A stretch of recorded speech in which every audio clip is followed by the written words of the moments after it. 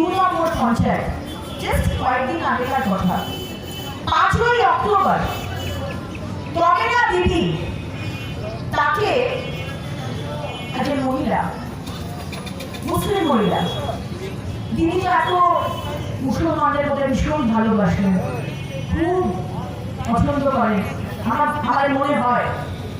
কিন্তু এই তমেনা দিদি, আপনাদের এই সাগরের কথা বলছি, তাকে তার শ্বশুর মশাই, তার স্বামী আর তার শাশুড়ি তাকে কেরোসিন ঢেলে পুড়িয়ে মারে।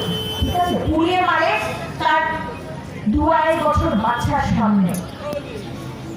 2-2.5 বছর তার সন্তানের সামনে তাকে পুড়িয়ে মারা হয়। আর আপনাদের এখানকার দিদিমণির খুব কাছে, আপনাদের এখানকার স্থানীয় যে ওসি, পুলিশ দাদাদের ওসি, ওই ওসি ওই ঘটনাটাকে চাপার চেষ্টা করে। আমার মহিলা মোর্চার টিম সেই সময় এসেছিল, আমার তখন করোনা হয়েছিল, আমি আসতে পারিনি। আমার মহিলা মোর্চার এন্টায়ার টিম এখানে এসে সেই পরিবারের পাশে দাঁড়িয়েছিল।